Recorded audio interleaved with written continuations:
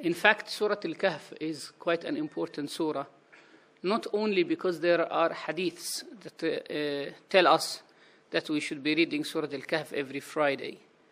A hadith like what the Prophet ﷺ mentioned, that whoever recites Surah Al-Kahf, Allah will lit the Friday, what is in between the two Fridays for him. So Allah will enlighten the whole week for him between the Friday he reads it and the Friday after.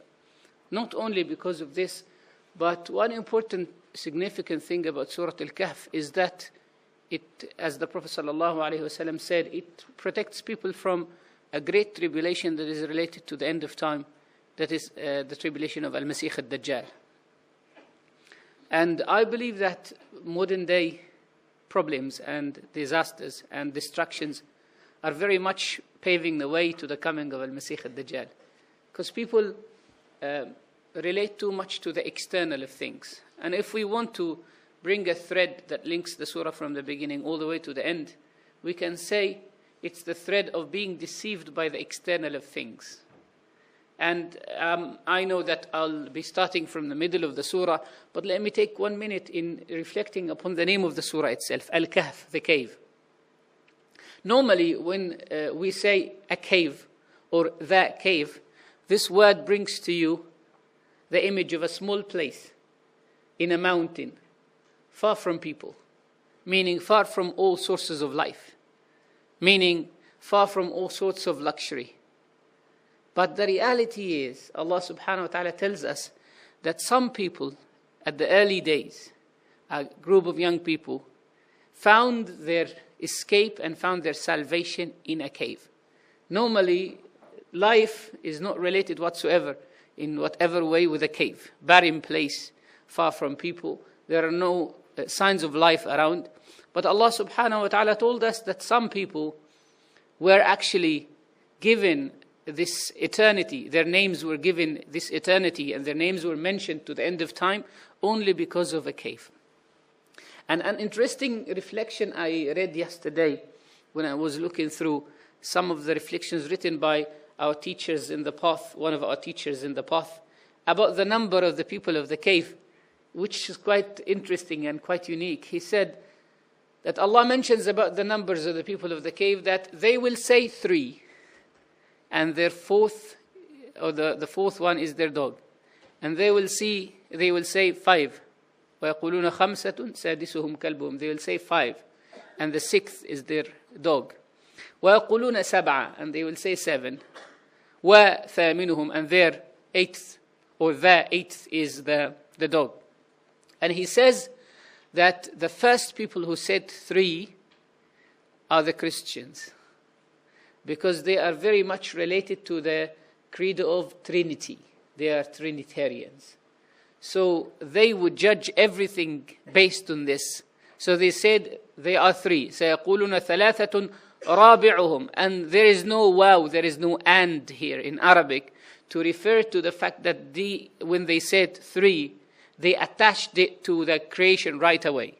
But Muslims normally believe that the universe is being created by God, but it's not part of God. People of other creeds, they believe that the universe is part of, has come of. And the people who said 5 were the Jews. They actually related that to, they kind of obsessed with the 5 senses, because they have always lived their life with Musa alayhi salam, believing in things that they can see, things they can hear, things they can listen to, things they can touch. So they depended on their judgment of things on the 5 senses. That's why they relate everything to the 5 senses. They said to Musa, we will not accept you unless you show us Allah face to face. They asked Musa to give them a physical God. And when he went to receive the words of God, he came back and he found that they have taken a Kahf as an idol, as a God. So they were entrapped in their senses. And the people who said that it is 7, as the Quran says, were the Muslims, because they based their understanding of God based on what we call the 7 main attributes of God, which are taught in theology anyway. But this issue of this, trusting one's senses and believing only in what the senses tell you is very much attached to the Dajjal. Because what the Dajjal will be addressing in us is not our soul, he will be addressing our senses. He will be bringing us an image of fire and say, look, this is fire, but the reality of it is paradise. And he will be bringing an image of paradise and he will say, look, this is paradise, but the reality of it is fire. And he will be coming with things that will literally attract our senses. And at this day and age, so many things around us address senses. Look at the media, how it is addressing senses and needs of humans. How it is arousing the senses and fulfillment of your physical needs and physical desires. And based on that, they can sell so many things. They can produce in bulks. One of the American historians said that people nowadays in the media, they want to produce in bulks. And in order to produce in bulks, there has to be consumption in bulks. In order to do that, they have to make so much tactful media that tackles every sense of a human being, everything in you. It arouses every desire in you in order to be willing to consume things. And when you want to consume, you will have to go and buy. And when you have to go and buy, the cycle goes on and on. And this is exactly, these bodies or these humans or these mentalities are ready to receive the Dajjal. And they are ready to be deceived by the Dajjal. So the surah brings us from all the way at the beginning, all the way to the end. I wanted just to give this quick introduction to prepare you to listen to what the themes that we're going to talk about from the middle of the surah all the way to the end. That we need to keep this thread in mind. That if this surah was to be given any other name other than the cave, it would have been called the surah of don't be deceived by the external. Don't be deceived by the external. Don't be deceived by your senses. Don't be entrapped by what you see, because what you see might not be true. We will see that in the story of Musa and Al-Khidr. We will see that in the story of Dhul Qarnayn. We have seen that in the story of the people of the cave. We have seen that with the story of the two men, the believer and unbeliever. The believer who was sure of what he has, and the unbeliever who was deceived by his garden, by his wealth. We will see that in the divine, in Allah commenting on that and saying that, give them the example of this life. Tell them that the similitude of this life is like water that comes down from the heavens. And then plantation comes forth from the earth. And then after some time it becomes very dry and it is gone. They think at the time of plantation and vegetation, they think that this is going to last forever. People look at themselves at the bloom of their youth and they think that they are going to be here forever.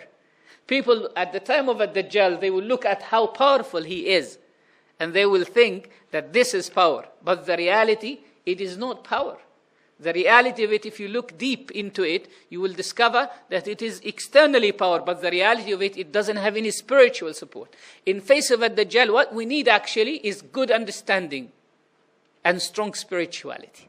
Good understanding and strong spirituality. Good understanding so that we will not be deceived, and strong spirituality so that we have trust. And we will learn that from the story of Musa alayhi salam. Because Musa alayhi salam was not patient with Al-Khidr. And that's why he could not continue the journey. Imagine if Musa alayhi salam was to continue his journey for another 5 or 6 events. How much we would have learnt about things. But it was only 3. We are not very lucky to know only these 3 things without. Musa alayhi salam was not very patient. Alayhi wa ala nabiyina afdalus salati wa taslim.